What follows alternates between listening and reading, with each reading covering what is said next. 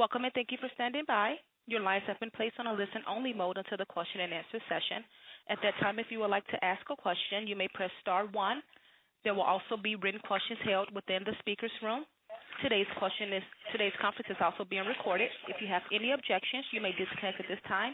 I will now turn the call over to Neil Sheehan. Thank you. You may begin. Thank you very much, Shanita. I apologize for being just a few minutes late. We were just trying to allow people some extra time to join us. So we'll get going. Good afternoon or good morning if you're in the West. Thank you for joining us this afternoon. My name is Neil Sheehan. I'm in the Office of Public Affairs in the NRC's regional office in King of Prussia, Pennsylvania. I am joined today by several of my colleagues from the agency's Office of Nuclear Material Safety and Safeguards, otherwise known as NMSS. We're here today to conduct a webinar which will present information on the decommissioning process for commercial nuclear power plants, as well as explain the role of and receive feedback from you on community advisory boards. We will try to avoid inundating you with acronyms during this presentation, but some are unfortunately inescapable. One you will hear repeatedly today is NEIMA, N-E-I-M-A. That stands for the Nuclear Energy Innovation and Modernization Act. This legislation was passed by Congress in late 2018 and signed into law by President Trump on January 14th of this year. NEMA has several requirements for the NRC, one of which is why we're here today with this webinar. Section 108 of NEMA requires the NRC staff to prepare a report to Congress on best practices for community advisory boards in the communities around decommissioning nuclear power plants. It also requires the staff to hold a minimum of 10 public meetings within the emergency planning zone of decommissioning plants. Since we can't hold meetings at every plant presently decommissioning, or those that have announced their intention to permanently shut down, we are conducting this webinar to reach a broad audience interested. Discuss the NRC's overall decommissioning process. Let's review the Nuclear Energy Innovation and Modernization Act, Section 108 assignments, and the actions the NRC has taken to comply with the law. The law was issued on January 14th, 2019. Section 108 requires a report identifying best practices for the establishment and operation of local community advisory boards, or CABs, for decommissioning nuclear power plants, including lessons learned from such organizations. A report is due to the Congress by July 14th, 2020. The actions were assigned to the Reactor Decommissioning Branch in NMSS. A Federal Register notice soliciting the request for public meetings to discuss CAB best practices was issued March 18th, 2019. The public meeting locations were determined in June 2019, and OMB clearance for a questionnaire associated with CAB best practices and lessons learned should be available next week on our website. Next slide.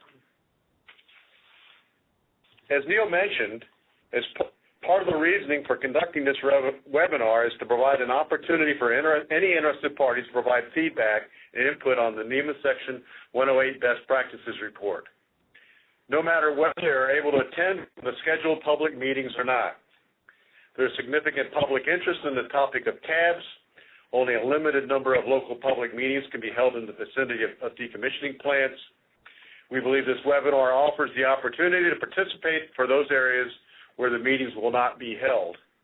This webinar also helps inform local communities in advance of upcoming public meetings and is an additional means to gather feedback from stakeholders on CAB best practices. Next slide, please. However, if you are interested in attending one of NEMA's Section 108 public meetings near a decommissioning or soon-to-be decommissioned nuclear power plant, the tentative schedule is listed here. Some of the meeting details and logistics are finalized, but most up-to-date information is available on the NEMA Section 108 public website listed on this slide.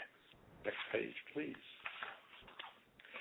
As shown on this map, the public meetings will be held in locations that ensure geographic diversity across the United States.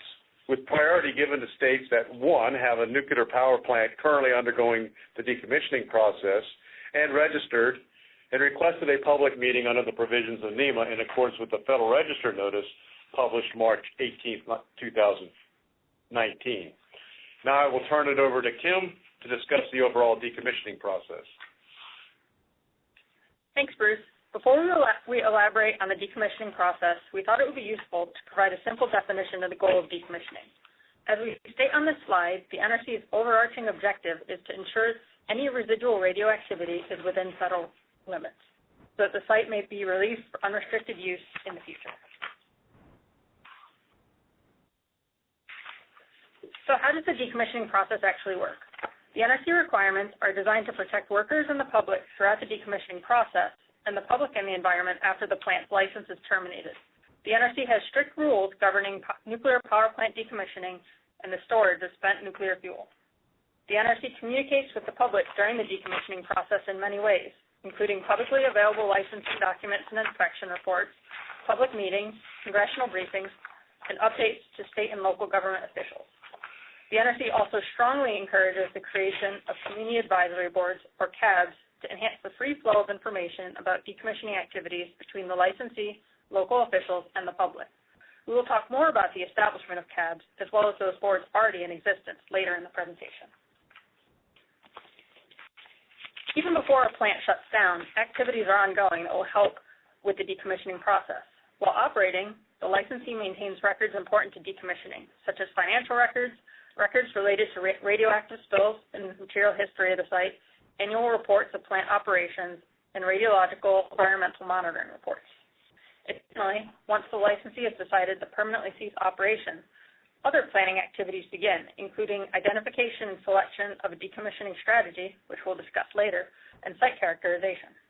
The licensee can also prepare and submit a decommissioning planning document called the Post-Shutdown Decommissioning Activities Report, or PSDAR, before the plant shuts down. There are several steps that take place in conjunction with the permanent shutdown of a U.S. nuclear power plant.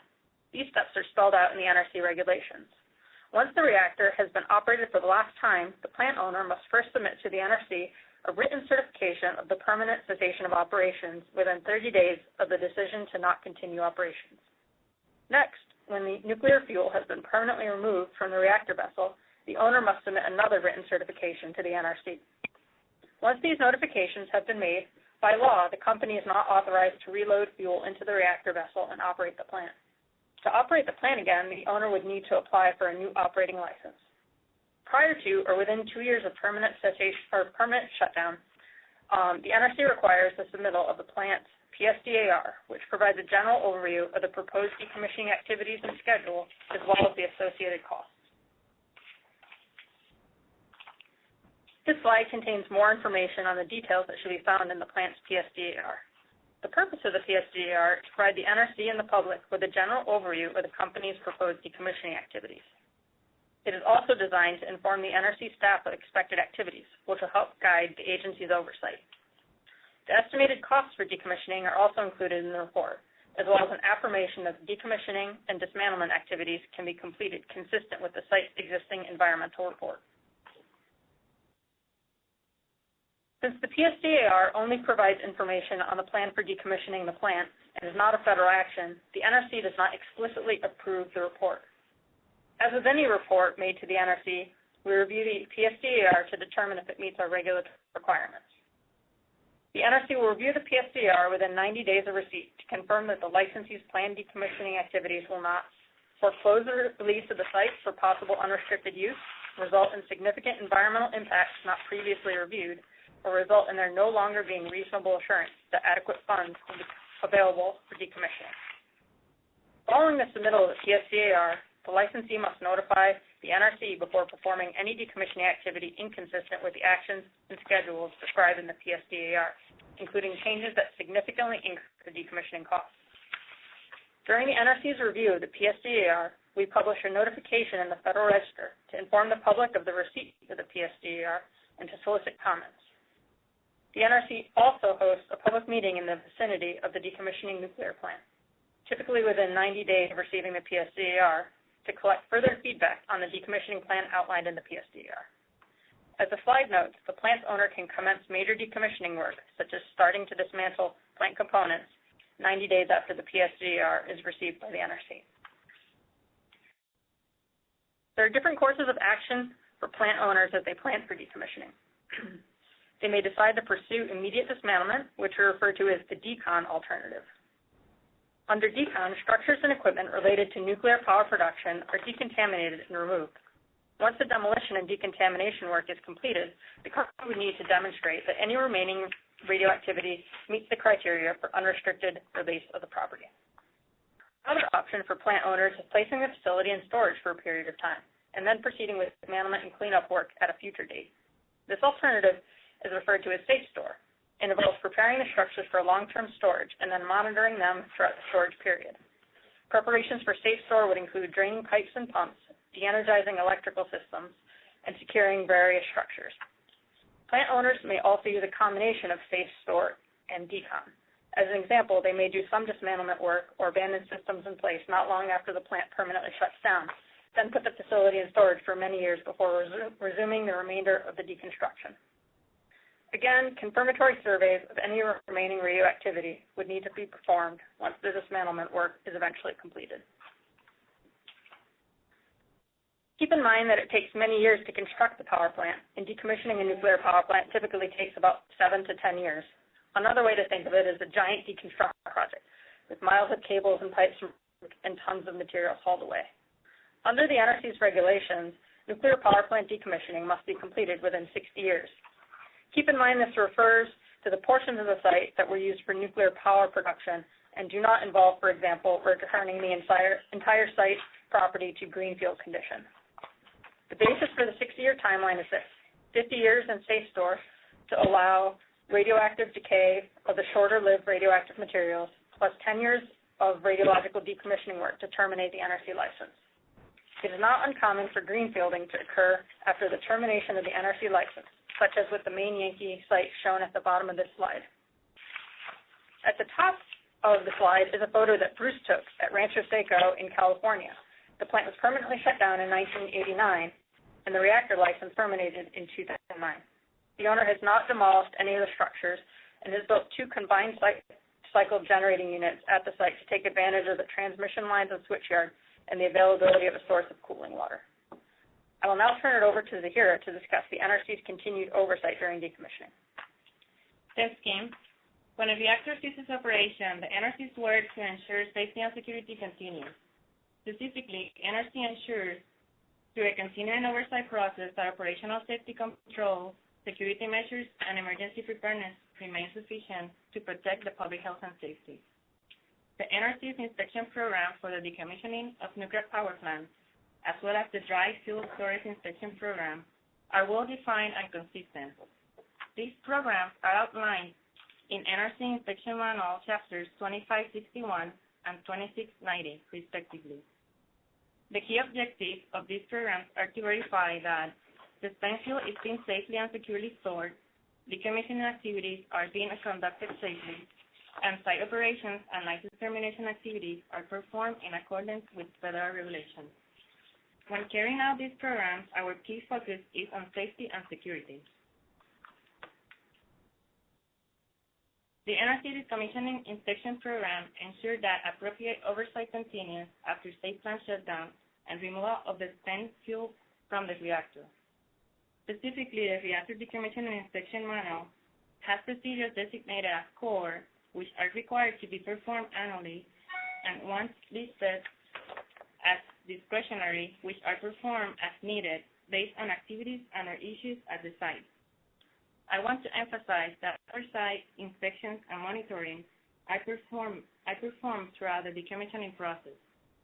During this inspection, the NRC verifies that controls and methods for the safe storage of radioactive material, including site structures and equipment, are being maintained in accordance with regulations and license commitments.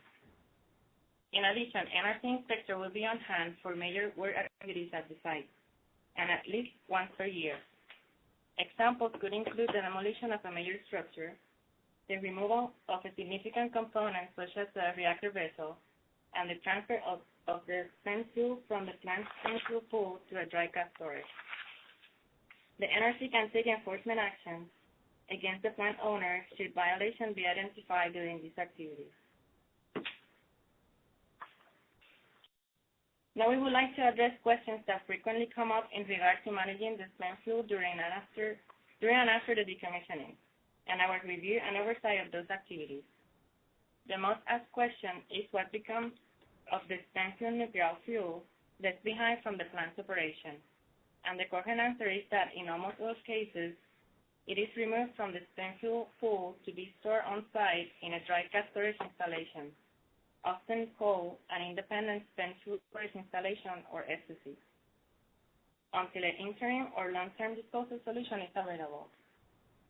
At all nuclear sites with SSEs, the gas sit on a reinforced concrete pad in the protected area of the plant. The casks themselves are robust storage units approved by the NRC for use throughout the nuclear industry.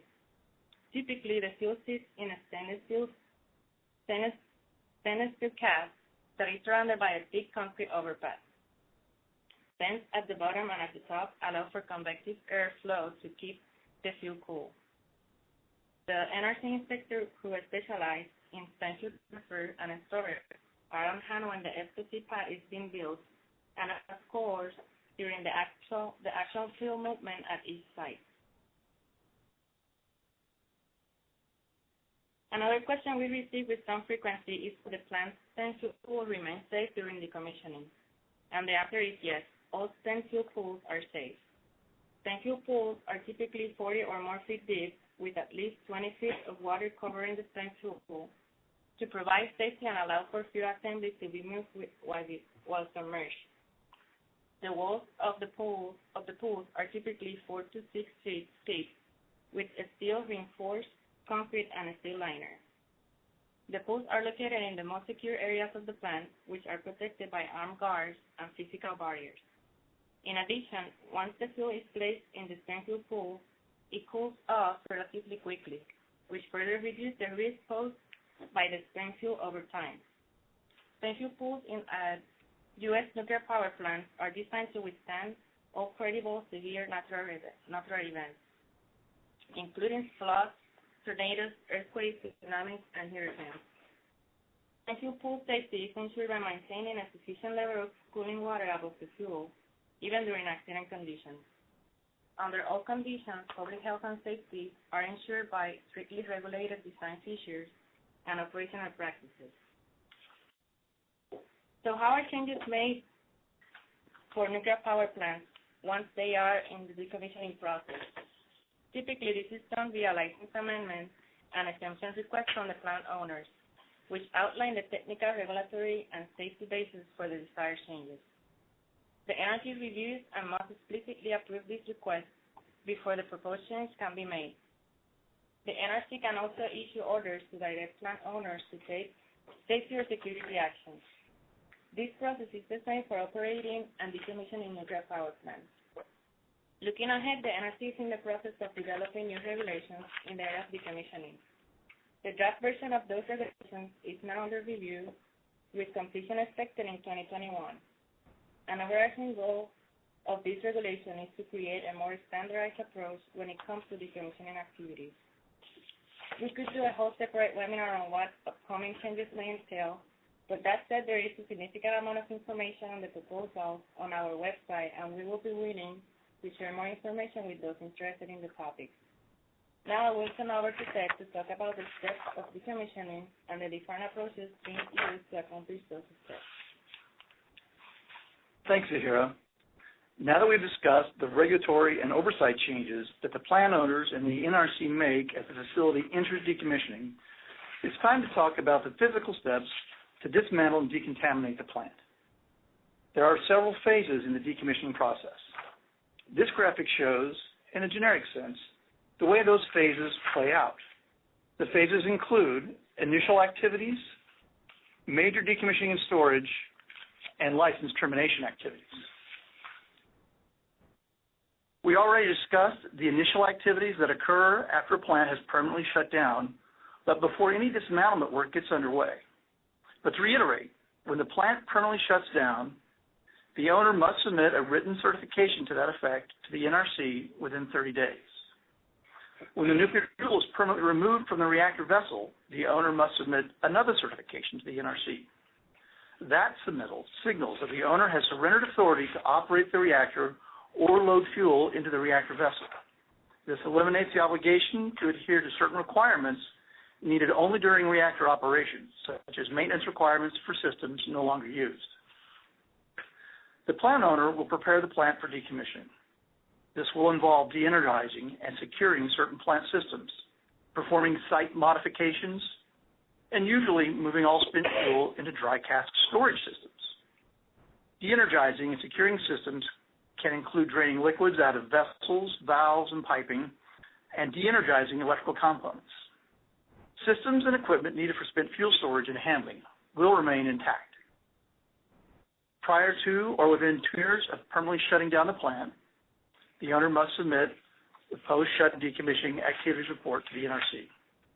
That PSDAR may be submitted prior to the plant shutting down, but it must be submitted within 2 years after shutdown. With respect to actual decommissioning and dismantlement work, the owner can initially use up to 3% of its set-aside funds for decommissioning planning activity. Then, 90 days after the NRC has received the PSDAR, the owner can begin major decommissioning activities without specific approval. These activities include permanent removal of major components such as the reactor vessel, steam generators, large piping systems, pumps, and valves. During this process, low-level radioactive waste may be shipped to an approved disposal facility. The NRC dose criteria for unrestricted release of a nuclear power plant site once decommissioning work has been completed is less than 25 millirems per year to an average member of the public and radioactivity removed to as low as reasonably achievable, or ALARA. The company may seek the unrestricted release of unaffected portions of the site as they become available before all site decommissioning work is completed. But in order to do that, the plant owner must request permission from the NRC, and a public meeting must be held in the vicinity of the nuclear plant to discuss the proposed partial site release. Such releases of portions of sites have occurred at numerous operating decommissioning plants, all subject to approval by the NRC. Near the end of the decommissioning process, the plant's owner is required to submit a license termination plan. This is within 2 years of requesting the expected termination of the license. The plan must address each of the following: site characterization, remaining site dismantlement activities, plans for site remediation, detailed plans, final radiation surveys for release of the site, updated estimates of remaining decommissioning costs, and a supplement environmental report describing any new information or significant environmental changes associated with the final cleanup. The license termination plan requires NRC approval via license amendment. Before approval can be given, an opportunity to provide comments or request a hearing is published, and a public meeting is held near the plant to solicit public feedback. Any remaining dismantlement, remediation, and radiological survey work will be performed in accordance with the license termination plan. As part of the inspection process, the NRC will conduct confirmatory radiological surveys and sampling to verify the licensee's decommissioning results. The NRC typically uses a third party to independently conduct the confirmatory surveys. When the licensee's radiological surveys demonstrate that the facility and site meet the applicable criteria, that they're suitable for unrestricted release, and the NRC has confirmed this through a review of survey reports, independent inspections, and confirmatory surveys, then the NRC issues a letter terminating the operating license. To date, all decommissioning plans have committed to releasing the site for unrestricted use, meaning the radioactivity would be below the NRC's limits of 25 millirems of annual exposure and ALARA, and there would be no further regulatory controls by the NRC. States can establish their own release criteria based on property ownership or state permits, but those criteria are not part of the site's NRC license. So using the process just discussed, the NRC has gained extensive experience with the decommissioning of nuclear power plants, including 11 facilities that are currently in active decommissioning. 11 other plants are in safe store, which, as we explained earlier, means they've been placed in a safe, stable condition and are being maintained by their owners, pending dismantlement work in the future. 4 of the 11 plants in active decommissioning are expected to complete the license termination process by the end of 2020. Some examples of plants that have previously completed the decommissioning process are Yankee Row in Row, Massachusetts, Maine Yankee in Wiscasset, Maine, Connecticut Yankee in Haddam, Connecticut, and Big Rock Point in Michigan.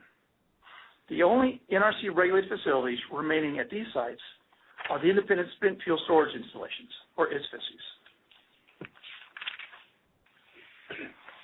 Although the NRC's traditional decommissioning process has been used with success by many nuclear plants, recently new business models are being implemented that give plant owners additional options and flexibility in completing the dismantlement and remediation of the facilities. All of these models are subject to the same NRC rules and requirements, but represent different methods for plant owners to leverage decommissioning resources from outside companies. So in one, the utility self-performs. They manage a decommissioning contractor. Examples would be Humboldt Bay and San Onofre.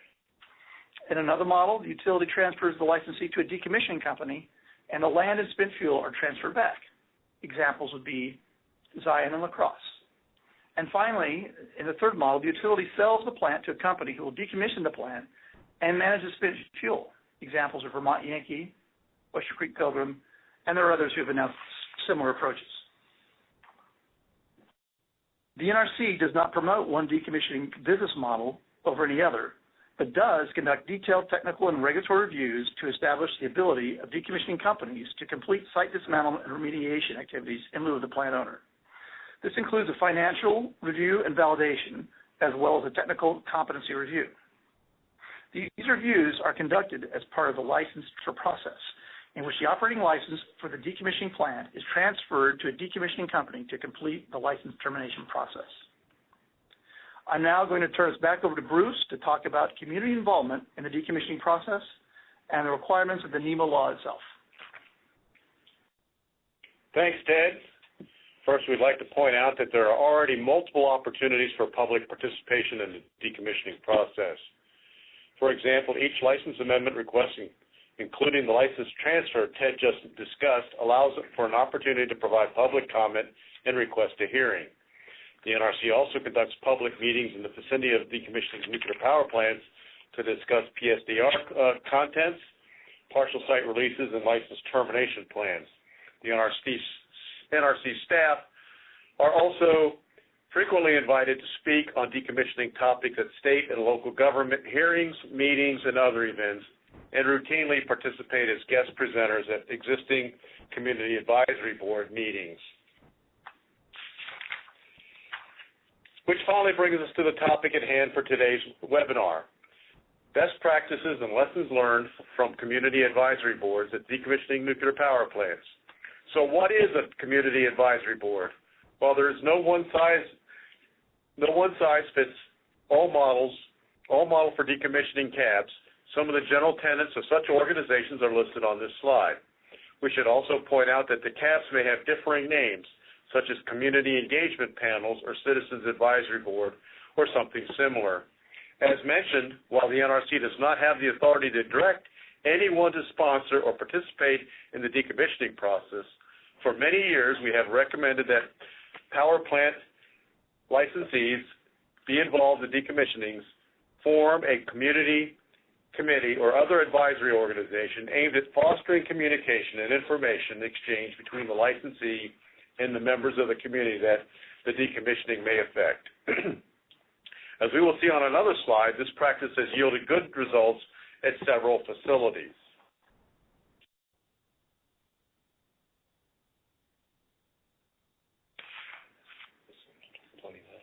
Okay. Just as there's no one size that fits all composition for decommissioning CABs, neither is there a single set of topics for each board to consider as the plant is associated with progresses through the decommissioning process. Instead, our observations and experience have been that each decommissioning CABS adapts to the specific concerns of the community and region where the decommissioning is taking place. Topics whose level of interest varies between the sites, including transportation of radioactive waste, the socioeconomic impact of the plant being shut down, and the interim and long-term storage plans for the storage of spent nuclear fuel. By actively engaging the community in obtaining local citizens' views and concerns regarding the decommissioning process and spent fuel issues, licensees can better understand and consider these views, maintain better relations with local citizens, and local communities can be kept informed of the decommissioning process. If the CAB is formed early in the decommissioning process, the CAB provides an organized forum in which the licensee serves the community by providing information on the decommissioning plans and activities. And the local community can provide feedback to the licensee and state officials on the plans for dismantling, demolition, and dose criteria and waste transportation. While site restoration is not an NRC concern once the license is terminated, the CAB can provide important input to the licensee on what the site will look like after all of the radioactive material is removed and the future reuse of the site. As I already mentioned, the concept of a decommissioning CAB is not new. Versions of these organizations existed at many of the earliest nuclear power plants to enter decommissioning.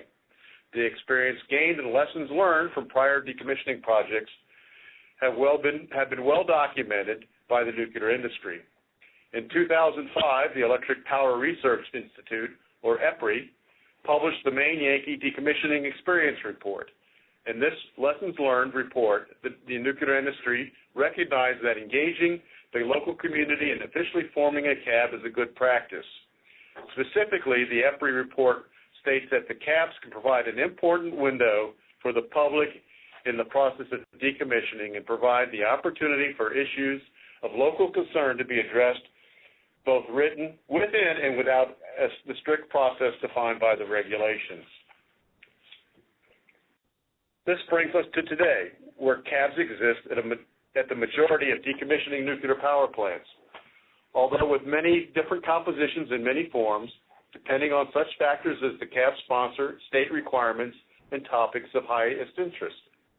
The NRC staff acknowledges the desire for and value of community involvement in the decommissioning of a nuclear power plant. Power plant decommissioning is a complex project, and the NRC believes that the impact of decommissioning and termination of a nuclear power plant reactor license needs to be communicated to the local community.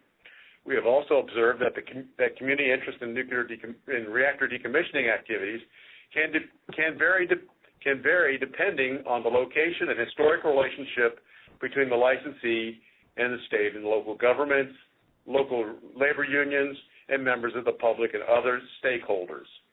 As an independent safety regulator, the NRC ensures that all members of the public are given a fair and equal opportunity to comment on the licensee's decommissioning plans through the license amendment process. The NRC sponsored public meetings and other forums. Therefore, the NRC does not officially recognize or endorse any specific special interest group, public or private organization, community groups, coalitions, or individuals. This approach ensures that one or more organizations do not dominate a public forum and allows members of the public to provide alternative and differing viewpoints and comments to the NRC. Next slide. And now, finally, it's time to talk about the Nuclear Energy Innovation and Modernization Act and pull together all the information we had discussed regarding decommissioning and community advisory boards, how all these things may be important for the NRC to fulfill its obligations under the NEMA legislation. NEMA directs the NRC to submit a report to Congress identifying best practices for establishment and operation of local community advisory boards and associated with nuclear power plants decommissioning activities, including lessons learned from existing boards. As part of developing this report, the NRC has hosted this webinar and 11 public meetings to consult with host states, communities within the emergency planning zone of a nuclear power plant, and existing local CABs. At these meetings, we hope to have comments on best practices and lessons learned associated with the CABs at the decommissioning nuclear power reactors. The results of these meetings, along with any data received as a result of the NRC's other information collection activities, will be captured in the best practices report. The contents of this report will include a description of the type of topics that could be brought before a CAB, how the board's input could inform the decision-making process for stakeholders or for various decommissioning activities, how the board would interact with the NRC and other regulatory bodies to promote dialogue between the licensee and affected stakeholders, how the board could offer opportunities for public engagement throughout the phases of the decommissioning process, a discussion of the composition of the existing community advisory board, and best practices identified during the establishment and operation of such boards, including logistical considerations, frequencies of meetings in the process of selection of board members, etc. In addition to hosting several public meetings to discuss best practices and lessons learned associated with the decommissioning CABs, the NRC is issuing a questionnaire to solicit information from stakeholders on the topics that NEMA Section 108 requires to be included in the report to Congress.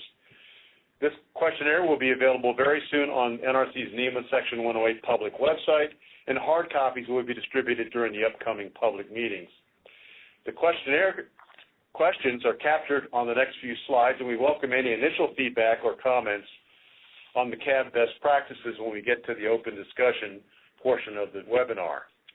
Any interested persons may also submit a written response to the NEMA Section 108 questionnaire using the response methods as shown on a few slides from now. In addition, please feel free to distribute the questionnaire and any information about the agency's activity in response to Section 108 of NEMA that you feel is relevant to any interested stakeholders in your area. The questions on this slide are focused on CAB logistics, the procedures for CABs, and how the CAB operates, including how board member input is used to inform decision-making for stakeholders and the licensee.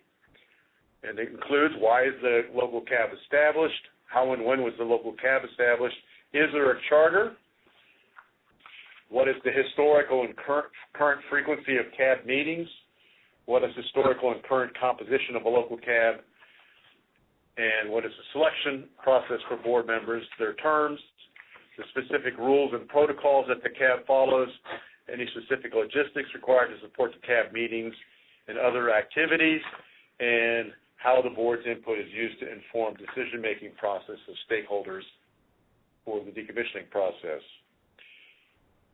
Here's the second half of the NEMA Section 108 questions. These questions are focused on CAB operations, what the topics are discussed, and what opportunities for the members of the public to engage in these discussions. What interactions does the CAB have with regulators?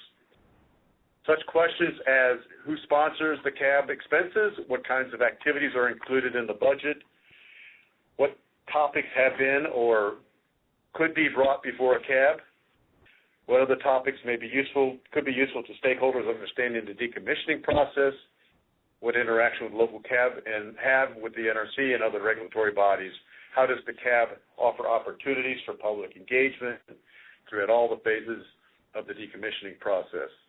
In general, what are the advantages of having a local CAB, and in general, what are the disadvantages of having a local CAB?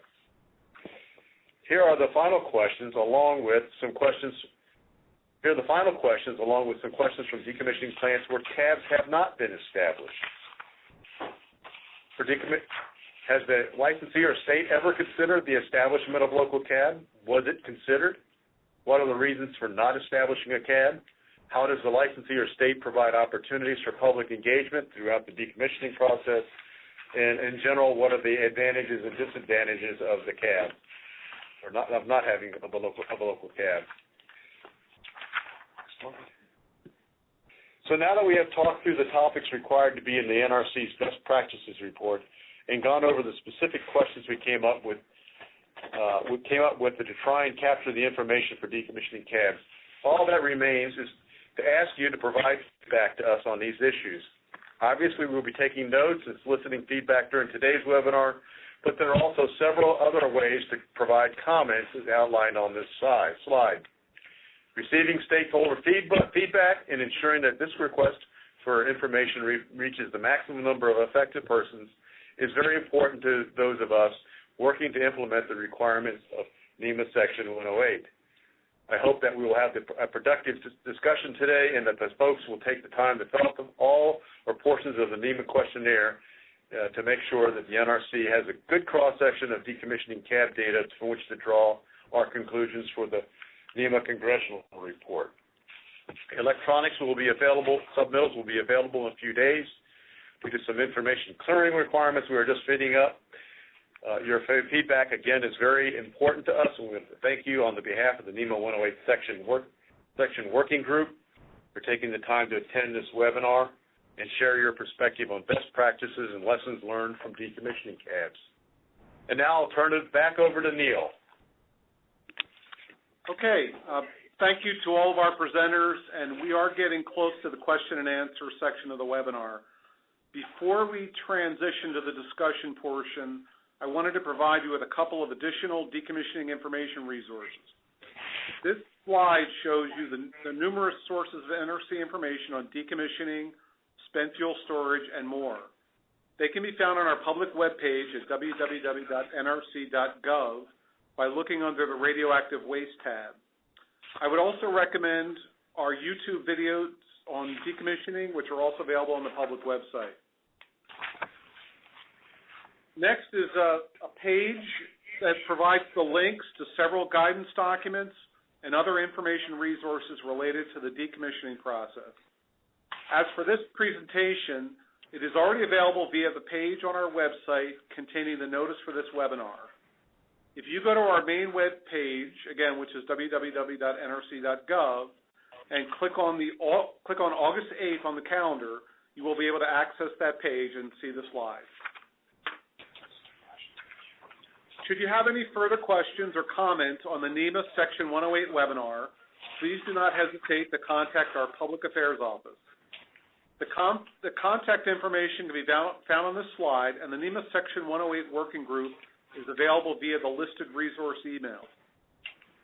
We have been receiving questions and comments electronically throughout this presentation, and we will get to those in just a moment. However, before we do that, there is another separate request we would like to ask of you to make sure we get the proper feedback on this webinar. There will be an easy way to provide feedback. If you go to the meeting notice for the session, again, on the NRC public website, there is a simple form you can fill out to provide feedback about how we've done communicating during this webinar and what we could do to improve going forward. Okay, lastly, again, we want to thank you for your interest and participation in this presentation. We also want to just talk a little bit about some ground rules before we get to the Q&A. We would ask that you be concise. We would ask that you try not to repeat comments or questions that have already been offered. And we'll try to get to as many comments as we can, but please keep in mind that there were over 300 people registered for this webinar, and we have until about 3 o'clock allotted for this. So there will be a limit as to how many we're able to get to. At the same time, we would point out that there will be opportunities to comment at the upcoming public meetings and in writing. And as for the public meetings, we've noted that there will be a series of these across the country coming up within the next several months. So with that, I'm going to ask Bruce to try to address some of the written questions we've received as we've been undertaking this webinar, and then we'll begin to take some verbal questions. So Bruce, do you want to go ahead and begin answering some of the verbal? Yes, thank you, Neil. The staff has here been looking at the comments, written comments as they've been coming in. We'll start out with a few of those. I do want to mention again that the slides that were presented today are available on the NEMA Section 108 webpage on NRC's website. So, as Neil said, there was over 300 people registered. We apparently have 266 people in attendance today on the webinar. So there's, as we said, considerable interest in this webinar and, of course, the general topic of citizens advisory panels. We have a number of specific questions to CABs, which I'm glad we have. I wanted to note that we are in the process of still scheduling some of the meetings. due to availability of specific people we've invited to the meetings, along with staff availability, and along with having venues and contracting those venues. We still have not, I think, formally scheduled the CAB meetings at Indian Point, Kewanee, Zion, and I think Crystal River yet. So we're still working on those. The other ones should be on the website very soon, and the information. One of the questions here is, does the NRC pay for public citizens to be members of the CABs? And the other question here is, that was, I think, pertinent to that is, are licensees required to participate in CAB meetings? And what does sponsored CAB mean? Well, let me just start off by saying, first of all, there's generally two types of CABs. And by sponsored, I mean they are organized either by the state they're in, by legislation, or by the licensee who's decommissioning the nuclear power plants. We consider them the sponsor of the CAB. Since they are sponsored by those entities, there is no reimbursement from the NRC for people to participate in those CABs, and I don't know of any remuneration from the sponsors, and generally those are volunteer positions that people are asked to participate with the CAB. What are the powers of the CAB?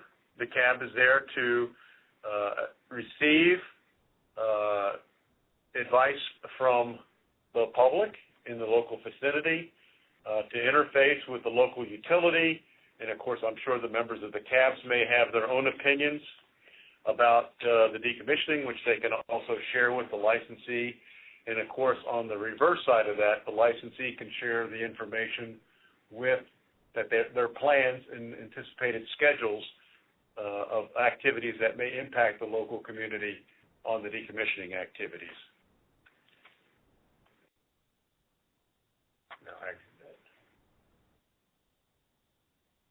One of the questions here is, does the NRC participate in CAB meetings? I wanted to mention that we are an independent safety regulator. We do not endorse any participation by anybody on these CABs in the respect that we are not a participant or member of the CAB. We maintain our independence by listening to the CAB meetings or attending them. As I did say, we do participate when invited as guests to give presentations on specific issues that related to the power plant decommissioning.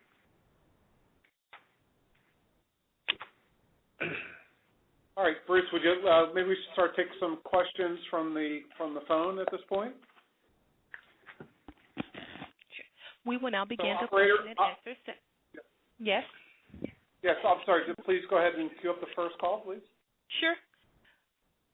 We will now begin the question and answer session. If you'd like to ask a question, please press star one.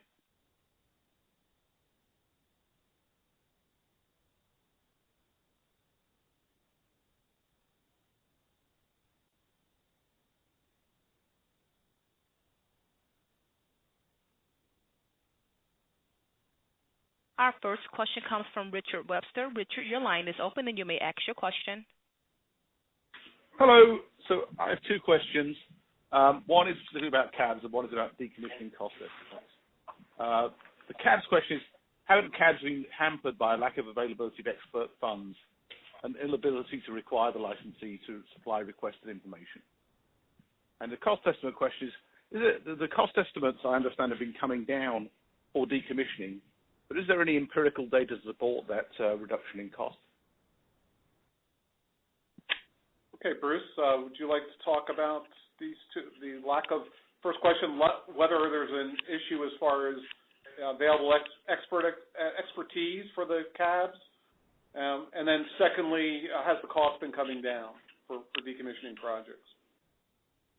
Well, I would have to say that on the first part, the NRC does not provide any financial support to the CABs in order to hire or contract technical expertise.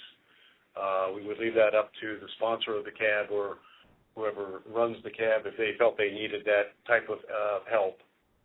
Secondly, as far as decommissioning funding goes, the NRC reviews the decommissioning funds on a standard, which we call reasonable assurance, that they have sufficient funds to complete the decommissioning. Obviously, a decommissioning fund is an estimate, and that estimate is based on what the utility is able to collect from the revenues authorized by the Public Service Commission. The actual status of the fund is up to them, but we look at it from a minimal standpoint. Is there sufficient funds?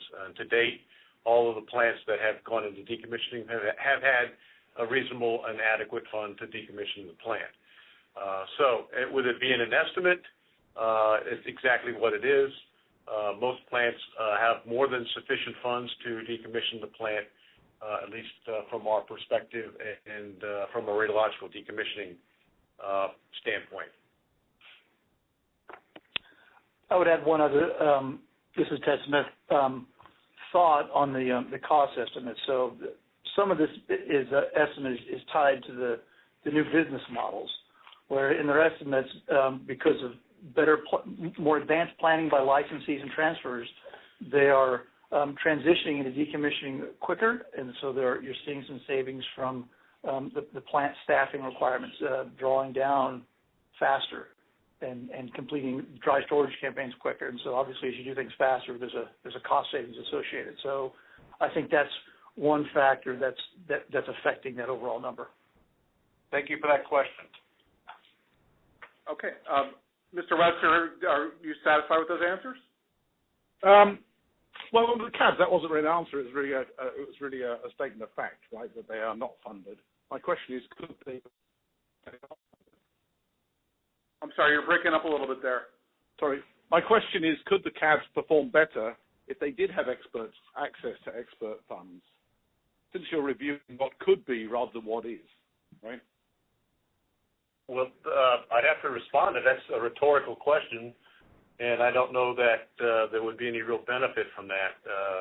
But that's a rhetorical issue, a theoretical issue that we really can't respond to. It would be a what if. Well, I know, but let me just say that where you're trying to identify how CABs can be improved, you need to do some what-if thinking. Well, I would accept that as a recommendation or the comment that, okay. I would say, I would comment saying, I think having, just like in the EPA Superfund process, was that there's technical assistance TAG grants available to communities, because the issues are complex and technical, and it's very difficult for lay people to totally understand them without having an expert on their side. And if they have to rely on company expertise, then they only get one analysis, which is what the company's already done, rather than a different perspective. So I would suggest that NLC looks at what EPA does in the Superfund area and considers whether that would be a good model. Okay. Well, thank you for your comment. We're familiar with the EPA grant program. Yes, thanks for the comment. We appreciate it. Operator, could we have another call, please?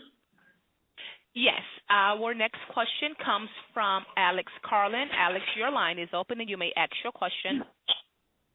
Yes, thank you. Can you hear me, Bruce? Yeah. Okay, great. I have, I think, two questions. First, I think the statute prescribes that your group is to do a best practices for local community advisory boards. So it seems to me there is at least one central and primary function that must be met to be within this scope of this survey, which is that it is an advisory board, that the primary function of the entity is not merely to promote dialogue or to do public relations or to educate the public, but it is to serve as an advisory board. and I would ask if you have asked that you focus on that as a central criterion as to when you go about evaluating the various entities that are out there. My second question is, noting that we are talking about advisory boards, there is an excellent best practice model available, almost the gold standard, which is the Federal Advisory Committee Act, which NRC is, of course, subject to, and the statute and NRC regulations at 10 CFR Part 7 prescribe, define what an advisory board is, prescribe selection criteria, composition criteria, and other criteria which represent, I think, in a significant way, the federal government's thoughts as to what an advisory board should look like. And although we're not talking about federal advisory boards here today, we're talking about local advisory boards, I think the criteria and standards of the FACA are an excellent starting point. So I'd ask you to consider, have you considered FACA? And I think I agree with Mr. Webster that your job is not simply to survey the existing boards that are out there, but is to come up with a report that would tell Congress what the best practices are and would be for advisory boards. So my two questions are, one, advisory needs to be a central function of the boards you are surveying and the standards you come up with, and not just education. And two, FACA should be used as a model. Can you tell me if you've thought about those two concepts? I think we're familiar with both areas, and we are also considering them. So I appreciate your comments. Bill, can we go to a couple of the written ones? Yes, let's go to several of the written ones now, and then we'll go back to the phone. All right. A good question here is there a deadline to comment or submit questions on the website for the CABs? We are currently going to be requesting feedback by mid-November on the process, and by then we will have all the public meetings well completed.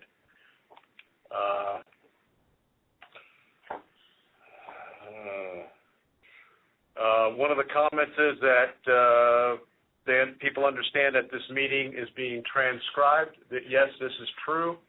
The transcription will also be made publicly available on our website, and so you can go back and review it if you certainly choose to. All our public meetings are going to be transcribed, and so they will also be set up on the website. Let's see here. Right, Bruce, they'll be available in our Adams electronic document system when that's concluded? Right. Yes, okay.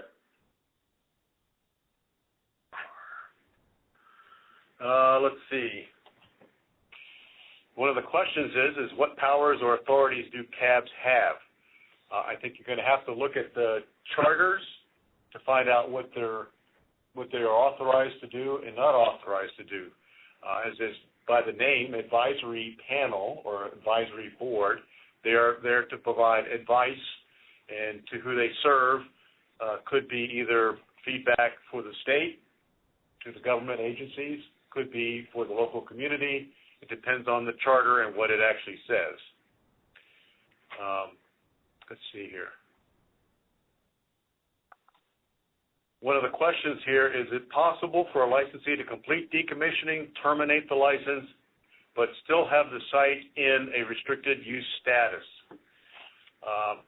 I can tell you that we have regulations for restricted use. To date, we have regulated and overseen over 80 complex decommissioning sites, including 10 nuclear power plants. And all of those have been released for unrestricted use. And so while we have regulations for that particular condition, no facilities have been left behind with restricted conditions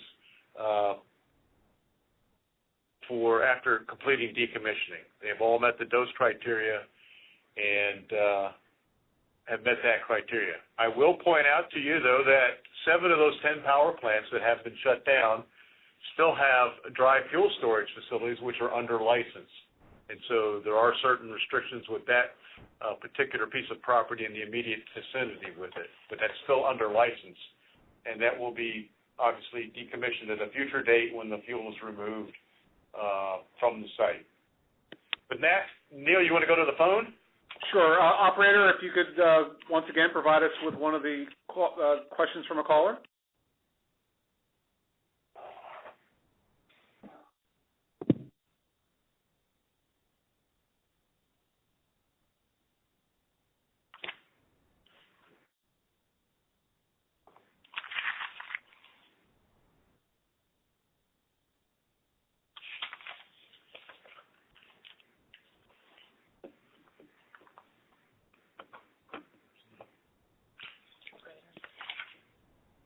Well, Neil, I don't hear any operator. We can go a few more of these written questions if we choose. Yes, I'm sorry. I do apologize. I was grabbing the name. Go ahead. No, operator, please go ahead. We'll take another call. Okay, I was grabbing the name for you. Donna Gilmore is the next question. Donna, your line is open, and you may ask your question. Yeah, I've had a couple of questions. I've been to both the Diablo Canyon cab and the San Onofre, and having the licensee run it makes for a very one-sided operation. I would encourage people to have a state operation. Maybe you can get the licensee to fund that. And one of the differences is if you could have the moderator just be a moderator and not a pontificator. We have David Victor here at San Onofre, who basically cuts people off and sets unreasonable rules. Where at Diablo Canyon, they have a moderator that just does that, keeps everything going. A huge, huge difference. We refer to the San Onofre Community Engagement Panel as the Community Enragement Panel. So that's some feedback. And I'd like to know, is it possible to delegate some authority from the NRC to the states so they can actually, enforce some higher safety standards? Or would that require a law change? Do you know? Could you clarify that a little bit, Ms. Gilmore, about what you mean by higher standards? I think I know what you mean. Well, it's a higher safety standards. I know the NRC can delegate some authority to the states for other radiological issues. Could they do the same thing for decommissioning? Do you legally have the authority to delegate some safety enforcement and allow the states to have maybe even a higher minimum standards? Is that something you can legally do? Well, state standards have to be at least on a par with federal standards, but I'll let Bruce provide some additional details. In general, we do not delegate the regulatory responsibilities for Part 50 licenses, which is what the nuclear power plants are licensed to. In general, though, I can tell you that there has been agreement made between the licensees and some of the power plants to lower some of the dose standards in which the site will be decommissioned. If I remember correctly, Maine Yankee had agreed to a 10 millirem standard at the Maine Yankee decommissioning, which is below our regulatory standard, but yet we weren't part of that negotiation. But we can't delegate that authority as long as the requirements either meet or exceed or better than our standards. That's up to the state to. Then we're fine with it. Okay? Is that what you were trying to get at, Ms. Gilmore? If the state wanted to have a higher standard on something, you wouldn't object to that? Are you referring to radiological safety standards? One of my concerns is one of the things is you allow the destruction of the spent fuel pools for decommissioning, even though the waste is still there and there's no other option to recanisterize the waste. Right now you give exemptions that allow the pool to be destroyed even though there's no other option for that. So we're sitting here without a plan B. If the state wanted, would you support a state that wanted to keep the pools? If we supported that, then they would not be able to decommission the plant and terminate that part of the license. So that would be up to the utility on how they want to maintain the facility into the future. Obviously, the NRC regulations would require them to complete the decommissioning within 60 years. So it really would be up to them. As far as the state wanting to place additional requirements on the licensee, I don't think we would necessarily agree with that, especially at least in this forum where we wouldn't know the specifics of it in order to make a comment on it either way. So thank you for your comments.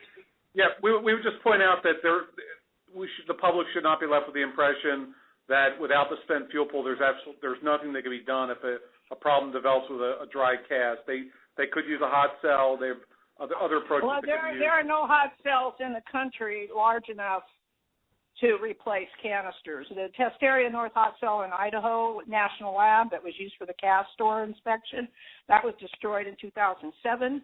The existing hot cell at Idaho is not designed for that. It's way too small, and there are no other hot cells. So we have a leaking canister at San Onofre. We're basically, what's your plan? Let me clarify. A portable hot. I was referring more to a portable hot cell, a larger cask into which a damaged cask be placed. But we're getting a little off track right now. Just to respond, let me just respond to that. I know there's other people. There's a transcript where REVA told the Nuclear Technical Review Board they determined a portable hot cell is not feasible for this purpose. So you might want to get some updated information that you're relying on, and I can provide the evidence if you need it. I appreciate the comment. Thank you very much. Operator? Yep. Go ahead, Bruce. I was going to go to a couple of the written ones just to make sure we got them in.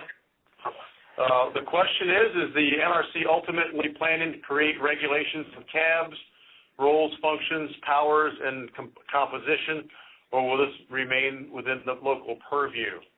As I said in the presentation, we do not have the authority to require the creation of a Citizens Advisory Board or any other local established community group within the Atomic Energy Act. So we would not be able to create regulations to that fact unless the Congress gave us that authority.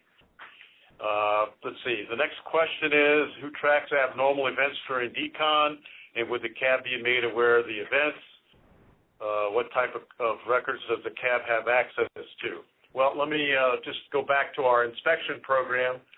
Our inspection program is very transparent unless it's associated with security or safeguards information. So therefore, all inspection reports are publicly available. So the CAB has access to that, to any of the licensee's activities associated with the inspection program. I want to reiterate that the inspection program continues throughout the decommissioning process, and that the plant continues to be inspected until the license is terminated, which means that the licensee has demonstrated to us that the site meets the radiological criteria for license termination. So in addition to inspection reports, such things as any events that happen on site, those are also publicly available, and so the public will have access to all those types of records. Let's see here. Let's see. Can decommissioning funds be used to establish and support CABs? It's a good question. I really don't have an answer. Since they're sponsored by the states or by the utilities, I'm not sure. I know that the ones that are sponsored outside by the states are definitely not using decommissioning funds. The trust funds for a decommissioning plant are in a separate bank trust and are only to be used for decommissioning activities at the site. Let's see here. Are there any more, ladies? Can there be more than one CAB for the same site that represent different jurisdictions, such as the one for the state and one for the local community? I'm going to have to answer that with, I guess there could be. We don't regulate them.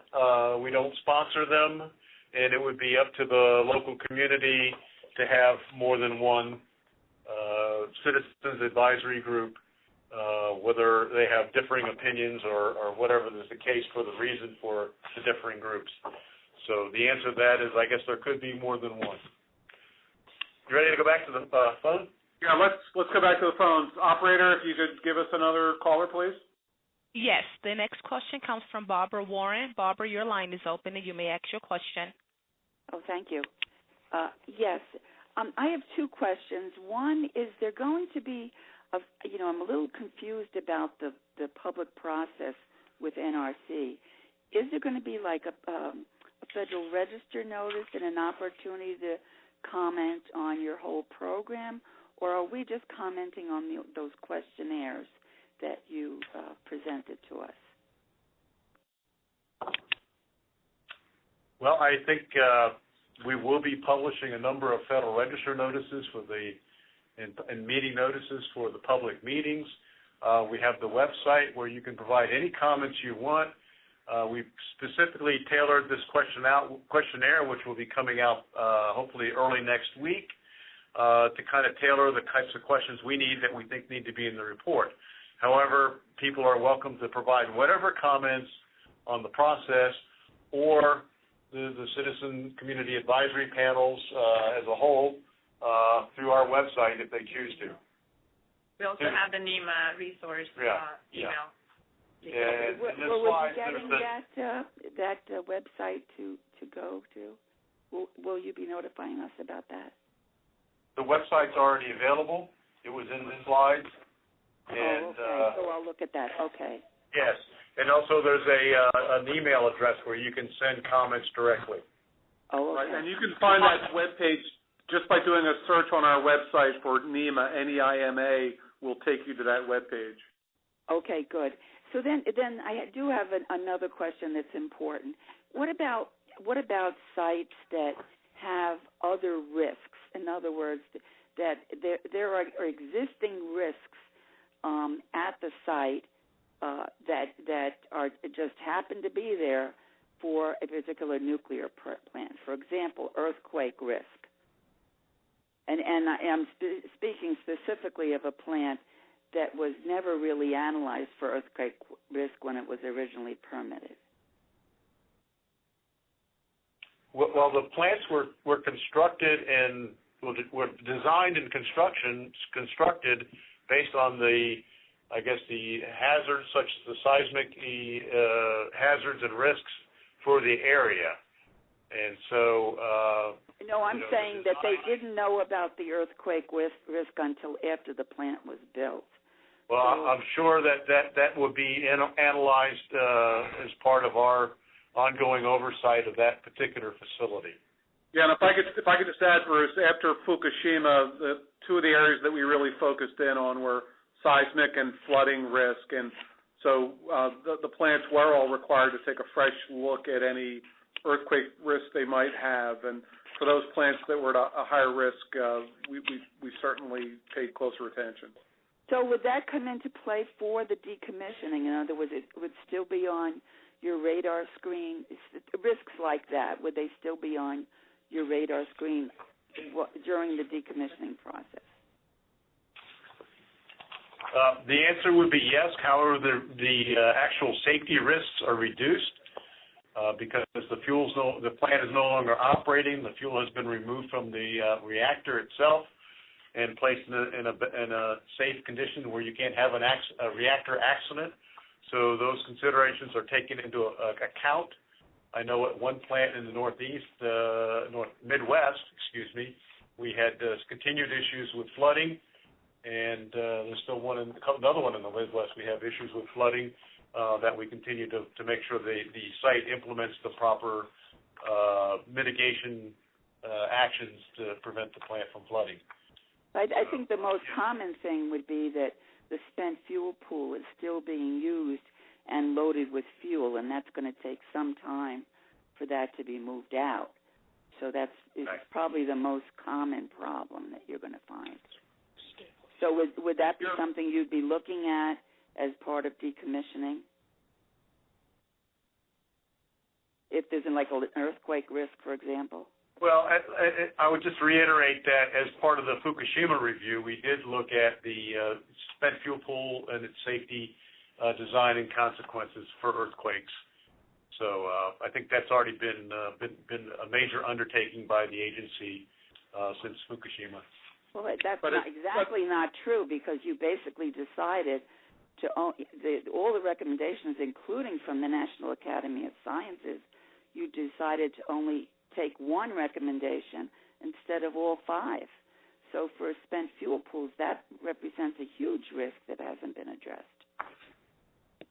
Well, your point is well taken. We'll just add that one of the big focuses as soon as a plant shuts down is to get the fuel out of the spent fuel pool and into dry cask storage, and that typically takes place within several years, and the risk profile of the plant changes pretty dramatically once it shuts down, and certainly once they have all the fuel in the dry cask storage, it changes again. So that's going to have to be looked at.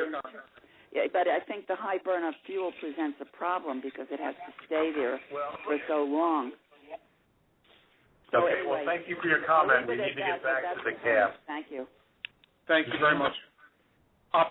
Operator, if we could take another caller, please. Yes, of course. Marvin Lewis is the next in line. Marvin, your line is open, and you may ask your question. Thank you. I guess I'll be the last caller, so I'll give a real one. Why in the world are we being subjected to thin wall casts when the rest of the world is using 10-inch thick casts and not 5/8-inch outer stainless steel? This is ridiculous. If there's a minor accident, and Philadelphia is not known for minor accidents, it's known for major accidents. Where we have an I-95 section here that almost fell. Luckily, we got enough funding and enough time to build it up. But this is it. I mean, this is the kind of advisory committee that is held in great disgrace. We have problems here. We're going to have tens of thousands of tons, not pounds, tens of thousands of tons of material, if the criteria is reasonable.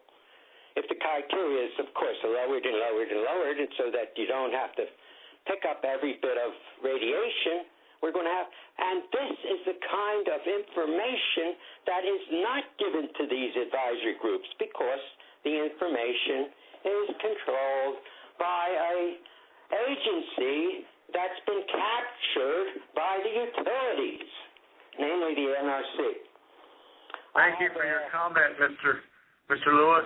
We'd like to get back to some of the written comments or questions.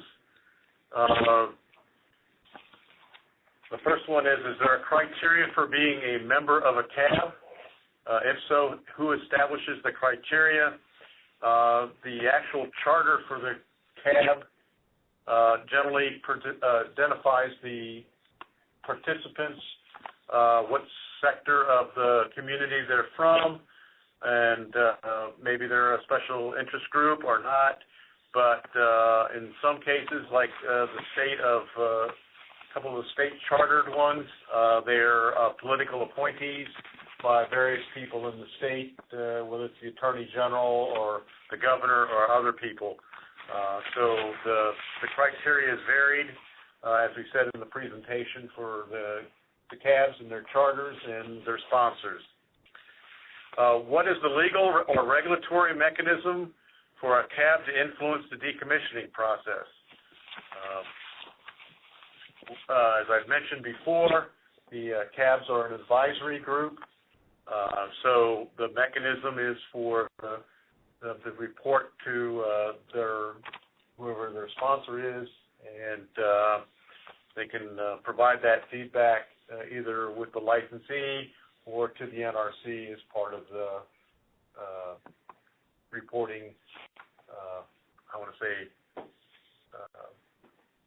is a mechanism to provide that information to the NRC either in a letter or other recognition of an issue that they would like to have evaluated.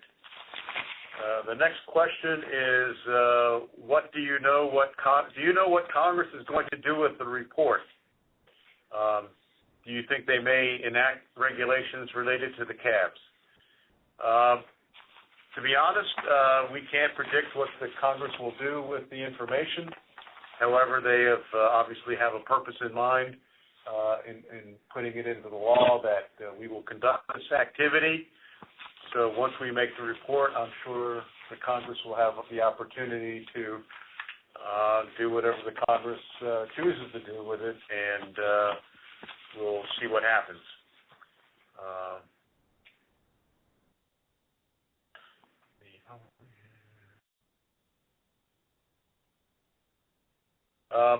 Here's a comment with a question. The public meetings were referred to during the presentation as CAB meetings. However, we are not aware of any CABs at some sites. Are these meetings actually CAB meetings or just general public meetings? As I mentioned before, the CABs generally have a charter. It describes how and when and what types of meetings they will have. It will also describe whether those meetings are open or closed. The ones that I have been to observe were open public meetings where the public was invited to generally observe, and some of them have where the public can make comments. So it's really up to the CAB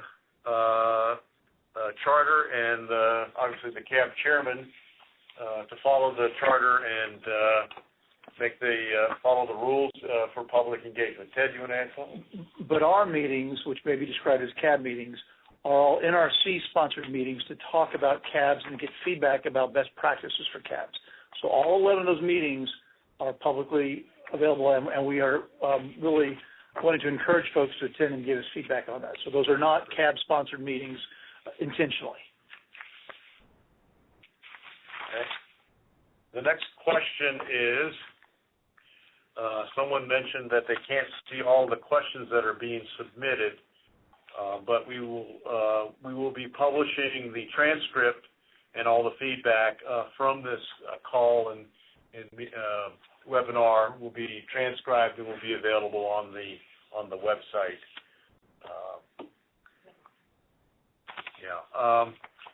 Another question we have is, your report is not due back to the Congress until July 2020.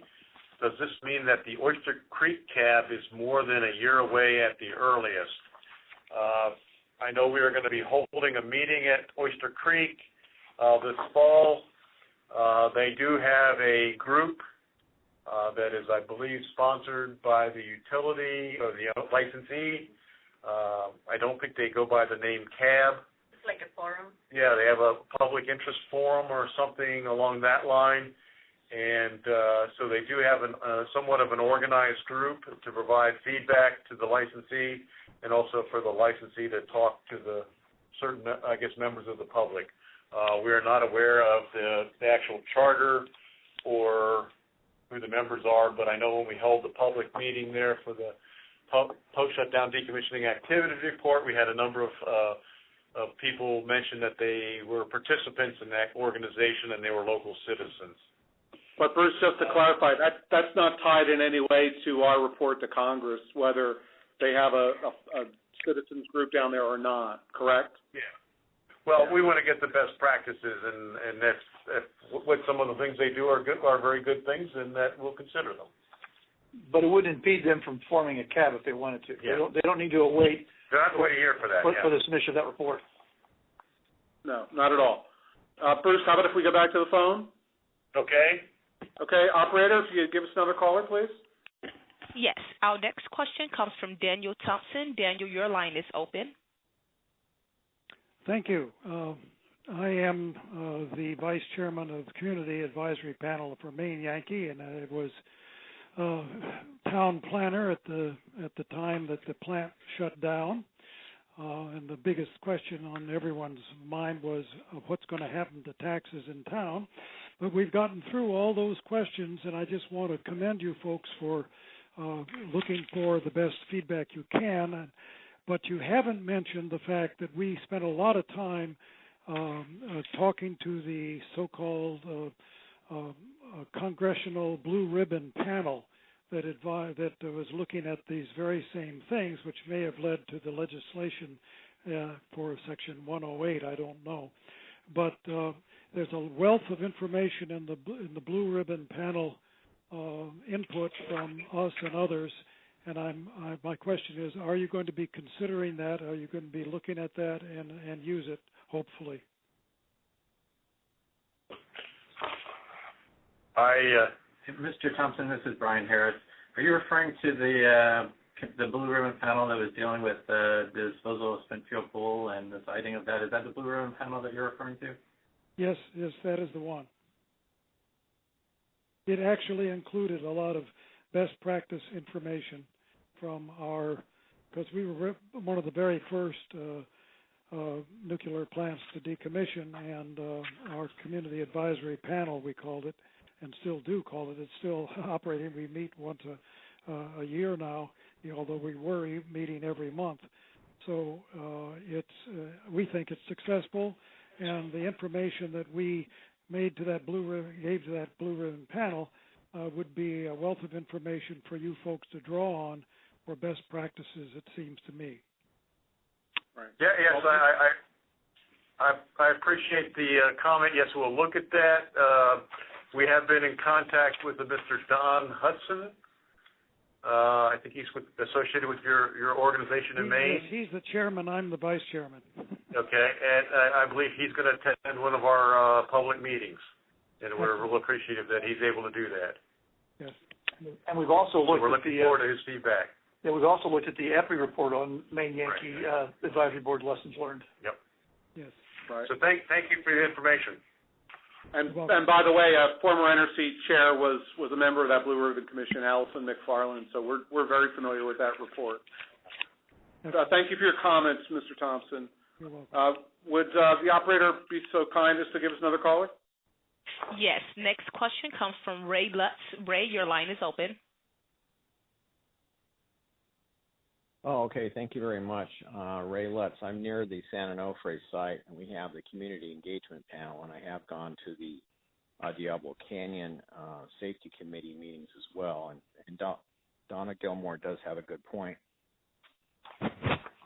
that these meetings are very different. The big problem with the Community Engagement Panel at San Onofre is that it is run by the utility, and we saw that they tend to suppress information about things that they don't want to report going on, such as a canister drop incident.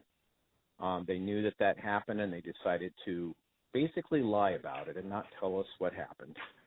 And so we got to get something where these utilities that are responsible for doing the work are required to provide information to these advisory panels. Also, maybe put them under oath when they come in, maybe have it be a little bit more structured and fair so that it's not, so that the people on the panel are not handpicked by the utility to represent their point of view, but have more of a cross-section, including a lot of the activists on the other side who tend to be very, very knowledgeable about the situation and are usually left out with very short comments at the end of the meeting.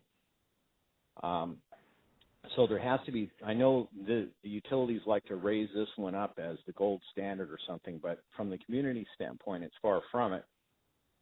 We've got to figure out a way to make sure that we can get the information out And the other thing I'd like to complain about and put this into your report is the NRC's process for dealing with additional petitions for rule changes and enforcement actions. I usually at the meetings you say, oh, well, you can file these petitions and then we'll take a look at it. Well, hardly. I mean, we filed the petitions for this suggestion Helms. It goes into a black hole. There's no meetings. There's no testimony or anything else. No experts brought in. It basically goes into a black hole forever, never to be seen again. And so you guys have got yourself set up as a brick wall protecting this industry, and you're positioning now these sort of fake advisory boards set up to keep the public happy. Let them come in and vent at the advisory board meetings, which have no power whatsoever, and the utilities don't have to say what's going on. So I hope we don't actually go down this road. Make sure these advisory boards have some power, maybe even to subpoena documents and force the utilities to provide information, because right now they have no power. They have no. They can't even. The one as community engagement panel is not an advisory board. It does not vote. It does not create an opinion about anything. It does not have any conclusions. It's just a bunch of people talking and basically controlled by the utility. So that is not, I want to make sure you understand, the one at San Onofre is not the gold standard for a community advisement panel. And basically, I'd rather see it go beyond advisory. The term advisory means that the findings that they might make at these panels is nothing but advice for someone else, and it just sits on the floor and does nothing, because that's what the NRC does. We put in these filings of petitions, never to be heard from again. And so so anyway, that's my comment, is to not make the San Onofre the gold standard. It needs to really be redone, refigured. Thank you. Thank you for your comments, Mr. Lutz. Operator, Bruce, do you want to go to some more written questions or take some more calls? I think I have maybe one more here. Okay. And the question is, do you anticipate that the report to Congress, in addition to presenting findings from the specific questions, will also include information as to the decisions that have already been made by the NRC staff in the ongoing decommissioning rulemaking relative to CAB issues? I guess the status of the rulemaking is such that the staff has provided some draft proposed rules to the Commission. Those were provided to the Commission back in May. They are with the Commission for their actions. So one of the processes is that the Commission will evaluate those recommendations and provide us feedback on which direction on any specific issue they want us to take. So as far as this endeavor to influence the rulemaking on CABs, it could, I guess, but it depends on what the Commission acts before the report goes out and goes to Congress. So it's really, I guess, it's a guess on our part on what will happen, but it could or it could not have an influence on the rulemaking that's in progress. And again, the rulemaking is following the process established by the Commission for developing rulemaking. So, thank you. That's the one I had. Let's see here. I got one more here. Were the questions in the questionnaire developed with the help of a professional polling or survey form? They were based on the legislation. They were derived directly from the regulations on what the report is content is supposed to have in it, and so they were basically the questionnaire were developed from the legislation. We did not use a professional polling or survey form for that. We felt that the the legislation was clear on what they wanted, and therefore the questions were matched to those to the information and content that should be in that report. With that, Neil, we go back to the phone lines. Okay, operator, if you have any other callers ready to go, we'll be glad to try to answer their questions or take their comments.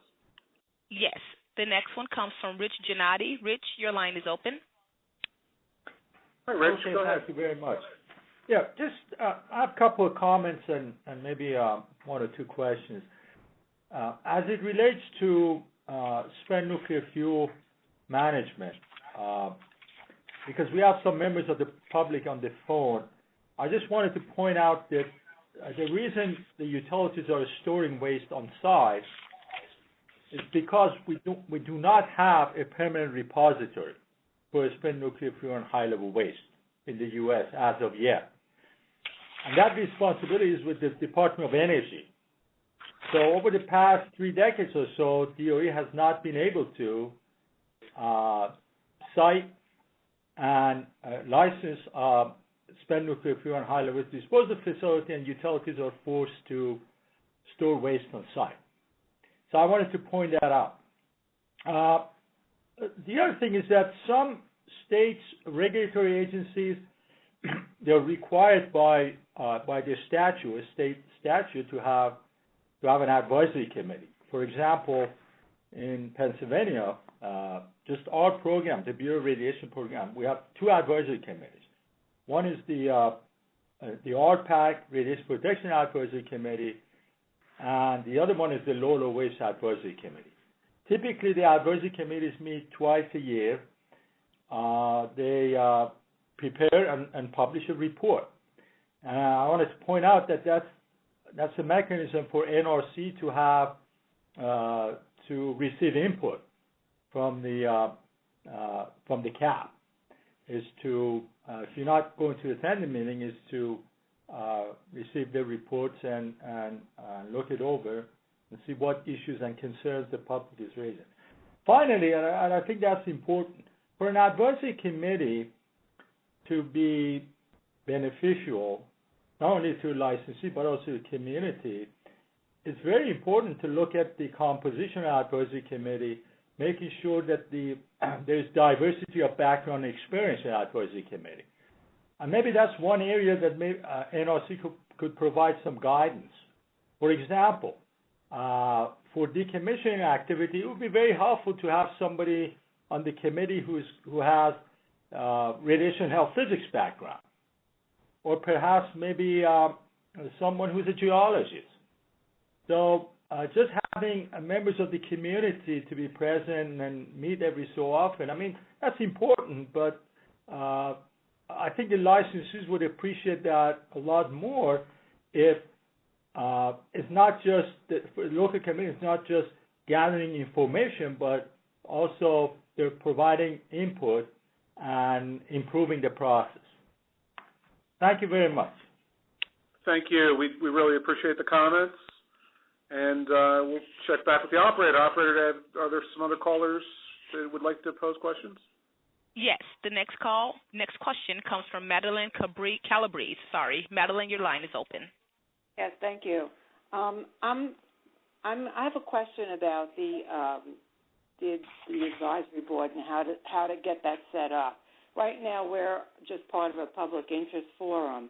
But if the advisory board is going to be something that goes into the congressional report, then maybe we should try to start that. I don't even know how we go about starting that. Do you mind telling us which plant you're interested in? Oyster Creek. Oyster Creek, thank you. Bruce, do you want to try to address that?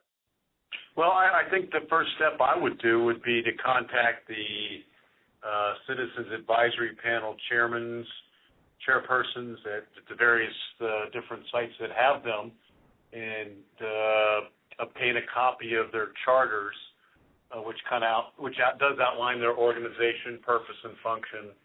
And that would be the first starting point I would have as a suggestion for forming a Citizens Advisory Panel or group. Like I said, there is information forum group at Oyster Creek.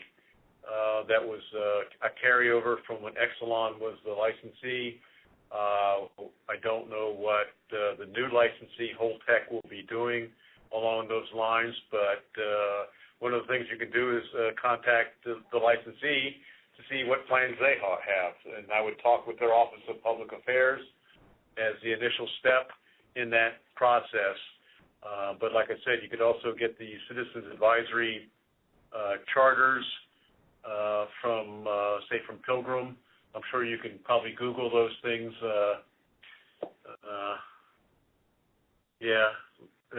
And talk to your state and local officials about possibly forming a state one. Those are the two general ways, and then, like I said, get the charters from the other Citizens Advisory panels. You can probably Google those and get those fairly quickly because they're all listed as the Pilgrim Nuclear Citizens Advisory Panel or something like that. And, right, and NDCAP. Yep. So they're probably publicly available, I'm sure. So that would be the first steps I would take if I were to had an interest in forming a Citizens Advisory Panel. Does that answer your question, Ms. Calabrese? Yes, it does. Thank you. Okay, thank you. Appreciate you calling in. Bruce, any more written questions? Neil, we have no additional written questions. Okay, operator, if you don't mind, I'll just point out to everyone we're coming up on 10 of 3. Our intention is to wrap things up at 3 o'clock, so we have time for a few more calls, but we're getting near the end here, so if you want to get in line, please let the operator know. So, operator, if you give us the next call, please. Yes, the next one comes from Melvin Hodges. Melvin, sorry, your line is open, Melvin. Yes. I was concerned about, are there any other types of casks that, other than the ones that we're currently using from Holtec that are thin casks? Are there others in other places around the world or that are being used that are alternatives to the current cask systems that we're using? I'll answer that kind of briefly. It's kind of off the subject matter, but yes, there are additional types of casks available around the world. However, many of those manufacturers of those casks have not seemed to try and have those licensed in the United States. And so there are other ways of storing casks out there, storing spent fuel and the types of casks. I was going to point out that the casks designed in the United States are designed to be transported. And some of the casks in other parts of the world here are not necessarily designed to be readily moved, the material to a permanent repository. So to answer your question. Yeah, I'll just point out that we have experts in our Office of Spent Fuel Management, Division of Spent Fuel Management, and unfortunately they're not on the call today because our focus is really on decommissioning citizens advisory boards. But hopefully, Bruce was able to answer that as best he could. So, thank you very much. We appreciate the question. Operator, any other calls at this point? Yes. Yes, sir. Next call comes from Jan Buddha. Jan, your line is open. I'm with Nuclear Energy Information Service, and I've just got some comments and some questions. My first comment is that everybody is a stakeholder. I do not like the term stakeholder because it implies that there are people out there who are immune to radiation and they would not be stakeholders, which is ridiculous. Everyone is a stakeholder, and everyone is under the influence of radiation because it knows no bounds. The second comment is I want to express how much I agree with the people who complained about the destruction of the fuel pools because there really is no other way to transfer spent fuel from one cask to another without the use of a fuel pool. And at Zion, we tried very, very hard to keep them from destroying the fuel pool, and it did not work. And then I do have a question about the rules that that came up from Fukushima Daiichi. My understanding was that the NRC developed some protocols that nuclear power plants had to follow because of the accident in Fukushima, and every nuclear power plant that applied for an easement of these rules, it was granted, and none of the nuclear power plants ever instigated the physical requirements to protect against a type of accident from flooding or earthquake that happened at Fukushima. And if I'm wrong about that, if any of these rules were enforced, I'd like at least one example from one power plant where they were required to mitigate their physical plant to prevent this kind of an accident. And my last question comes from the very last comment. I thought that there were no casks in the United States that were ready for transportation. Particularly the ones at Songs are not prepared to be transported.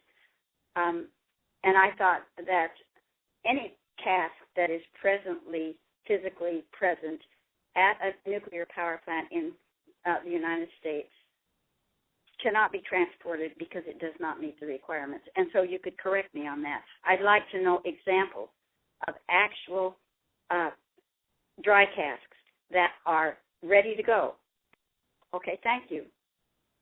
Thank you. I would say that both of those questions probably are outside the realms of what we're dealing with here today. There's a very well-established record on what the agency did in response to Fukushima.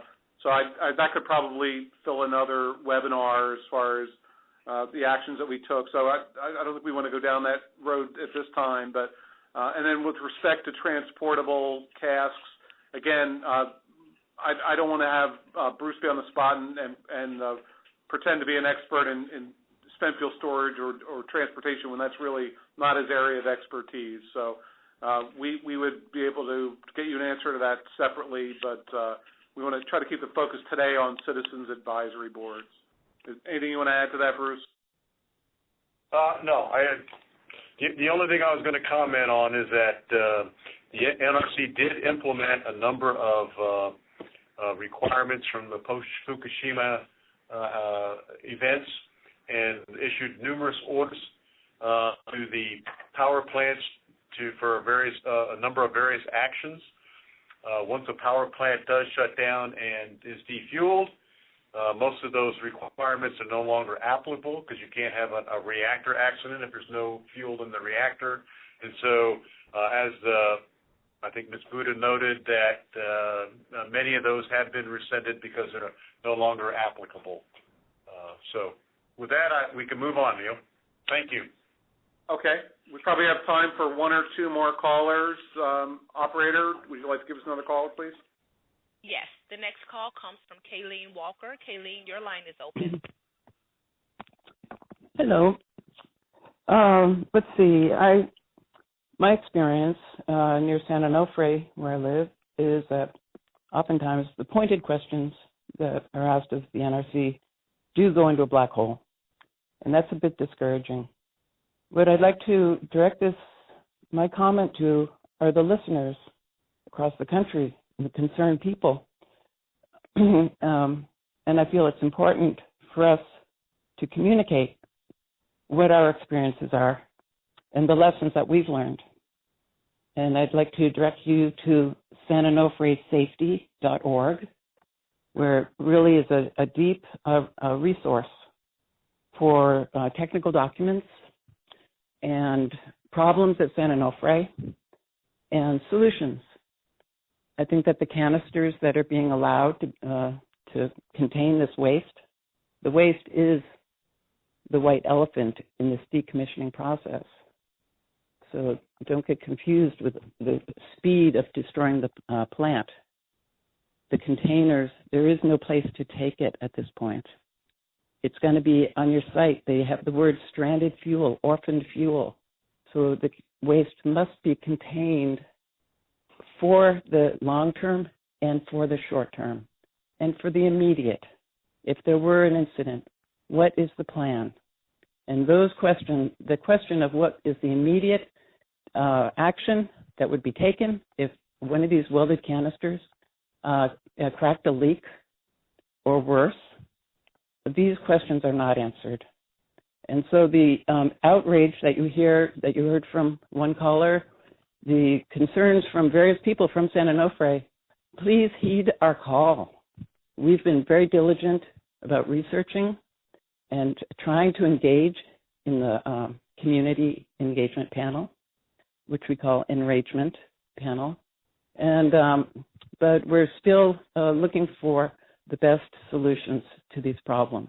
And this is a problem, and it's going to become a national issue, and Congress is trying to solve the problem. They've been trying to solve it for 60 years, and 60 years goes by really fast. And to think that all these plants are going to be decommissioned within 60 years and still have the fuel on site is something to consider.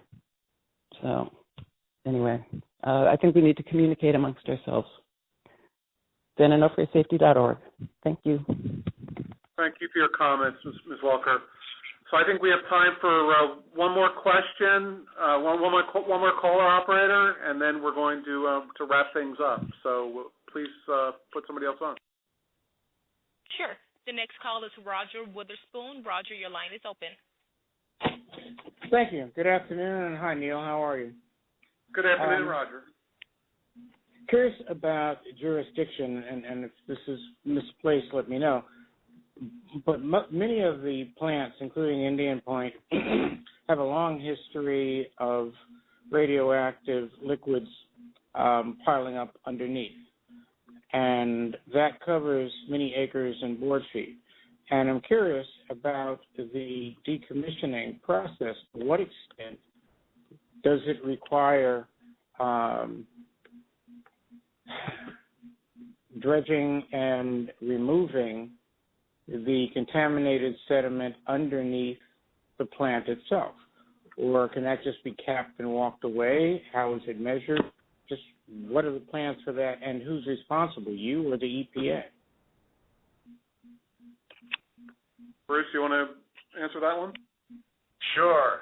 I guess the short answer is the licensee is responsible for cleaning up the site and remediation of the radioactive materials on the site, and they have to meet the dose criteria of 25 milligram per year with the practice of ALERA to have the license terminated.